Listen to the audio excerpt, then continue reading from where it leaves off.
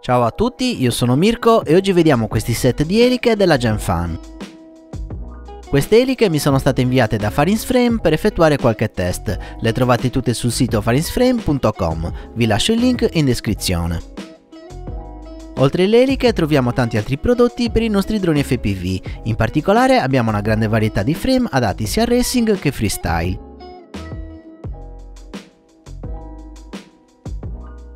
Troviamo anche il Farinsframe Torretta che ho recensito da poco, ottimo frame se volete avvicinarvi alle gare racing, vi lascio il link della recensione in descrizione. Ritorniamo alle eliche, tutti i set sono da 5 pollici e si adattano bene ai motori di questa categoria, quindi parliamo di 2205, 2306, 2207 e così via. Queste sono adatte per freestyle, per un utilizzo misto freestyle e racing e specifiche per racing, vediamole ora nel dettaglio. Partiamo con le Gemfan Flash 5144, queste eliche sono indicate per freestyle. Il peso è di 4,7 grammi, a schermo potete vedere le specifiche tecniche. Il secondo modello sono le Hurricane 51466, si tratta di eliche adatte sia per racing che freestyle. Il peso è di 4 grammi. Il terzo modello sono le Hurricane 51499, queste sono eliche specifiche per racing.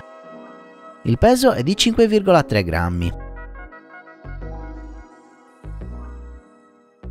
Ora è venuto il momento di testare le eliche con l'RC Benchmark 1520, userò motori IMAX 2306 da 2400 kV e un Attatu 4S da 1550 mAh.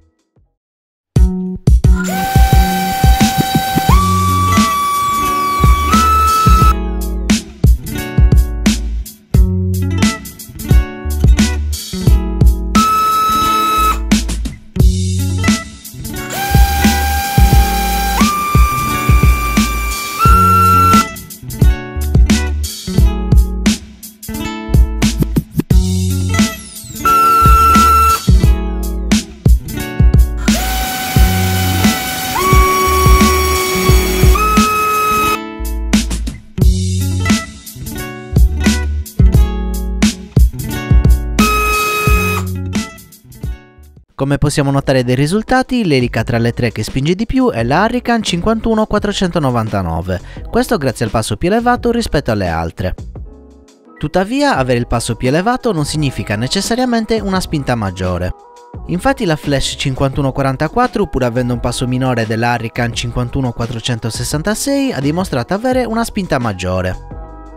Questo perché nelle prestazioni di un'elica il passo non è l'unico parametro che entra in gioco, ma influiscono tra le altre cose peso, conformazione della pala e materiale dell'elica. I risultati comunque sono abbastanza vicini tra loro e in conclusione posso dire che queste eliche Gemfan hanno tutte buona qualità e prestazioni.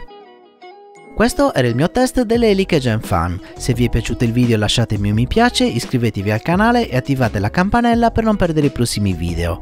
Se volete supportarmi vi ricordo di acquistare sempre attraverso i miei link, trovate l'elenco in descrizione. Potete supportarmi anche su Patreon cliccando il link a fine video.